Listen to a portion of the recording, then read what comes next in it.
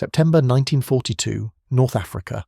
Hans-Joachim Marseille is Germany's most famous fighter pilot, Hitler's Star of Africa. 158 aerial victories. The Reich's propaganda machine celebrates him everywhere. But Marseille is hiding something that violates everything the Nazi regime stands for. His best friend is Corporal Mathew Letulu, a black South African prisoner of war, an enemy soldier. In Nazi Germany, this friendship is unthinkable, dangerous. It could cost both of them everything, but Marseille doesn't care. "Where I go, Mathias goes," he tells his commanders. This is the story of an unlikely friendship that defied one of history's most evil regimes and lasted far beyond the war. Hans-Joachim Marseille was born in Berlin in 1919. His friends called him Jochen. He joined the Luftwaffe in 1938, not out of Nazi loyalty, but because he loved flying. From the start, Marseille was trouble. He broke rules constantly, landed his plane on the Autobahn once just to use the bathroom, got drunk before flights, abandoned his wingmen to chase victories alone. His commanders nearly kicked him out multiple times, but he could fly like no one else.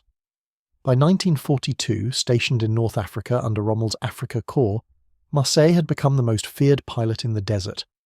He shot down 158 aircraft, more Allied planes than any other German pilot in history. The British called him the Star of Africa. Germany made him a national hero.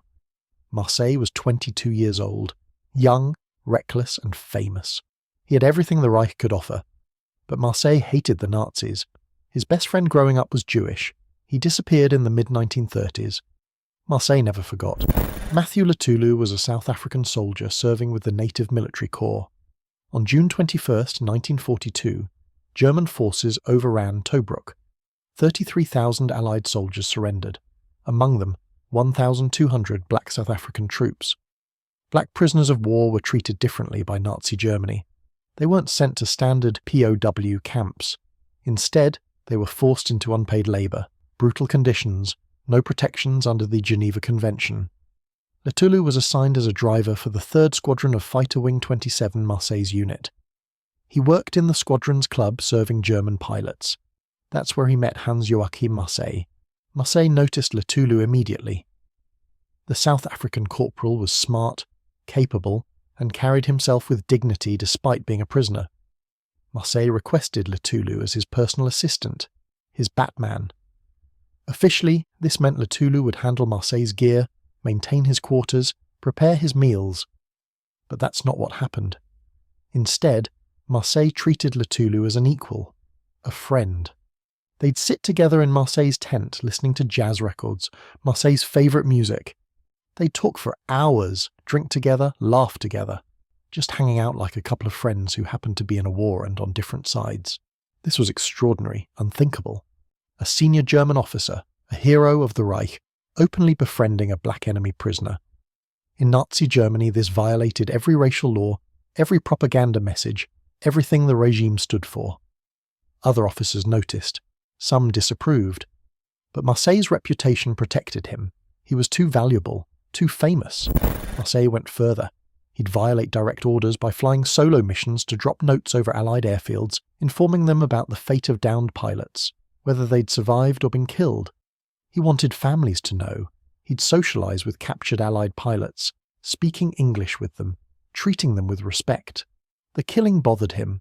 After shooting down enemy planes, he'd sometimes circle back to see if the pilot had survived. He felt guilt over every life he took, but he never felt guilt about his friendship with Letulu. He knew it was right. Marseille grew protective of Mathias, the nickname the Germans gave Letulu. He worried constantly about what would happen if he was transferred back to Germany for propaganda tours. Would Mathias be sent to a labour camp? Would he survive? Marseille made his wingman, Ludwig Franzisket, promise something. If anything happens to me, you protect Mathias. Keep him with the squadron. Don't let them send him away. Franzisket promised. Marseille told his commanding officer the same thing. Where I go, Mathias goes, Marseille would say, and everyone knew he meant it.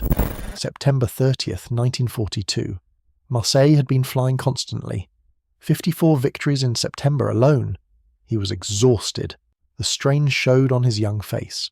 That morning he was assigned to fly a new Messerschmitt Bf 109 G2. He didn't trust the new model, engine failures were common, but orders were orders. At 10:47 a.m., Marseille took off on an escort mission. Everything seemed routine.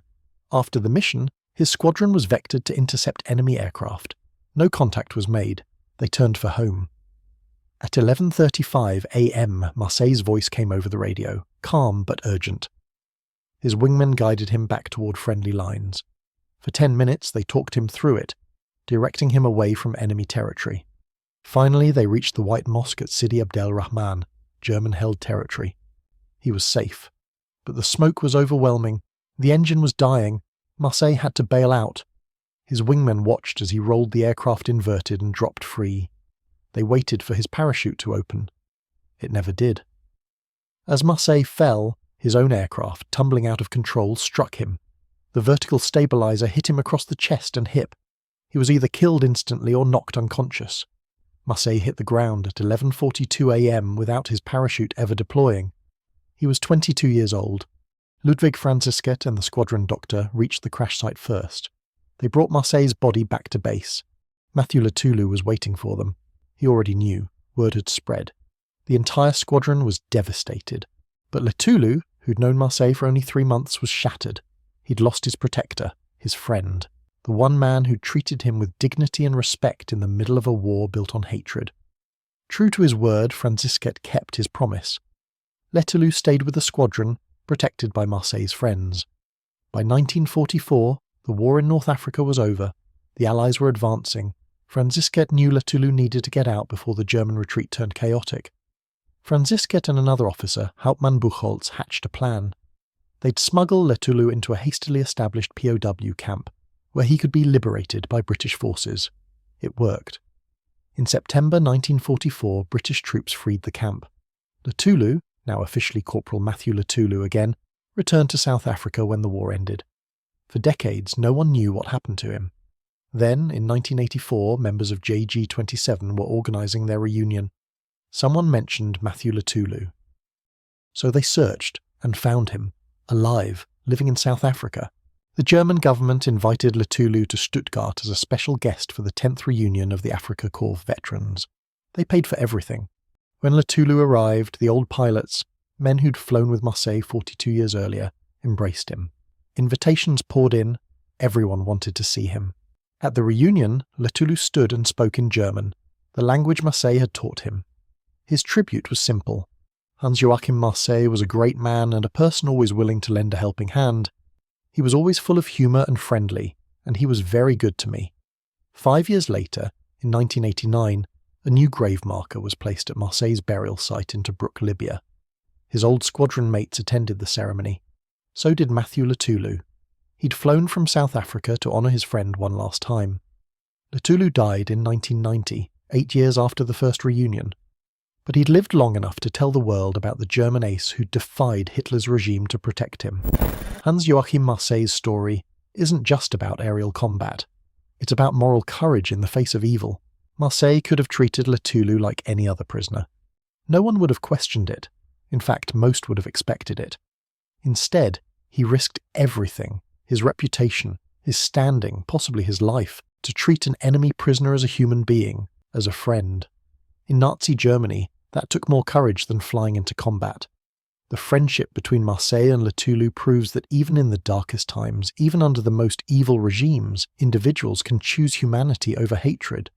And 42 years after Marseille's death, an old South African man stood in Germany, surrounded by former enemy pilots, and spoke about the young ace who treated him with dignity when the world said he deserved none. That's Marseille's real legacy. Not 158 victories, not medals or propaganda, but one friendship that defied everything the Nazi regime stood for. One man who chose to see another man's humanity, even when his government demanded he see nothing but an enemy.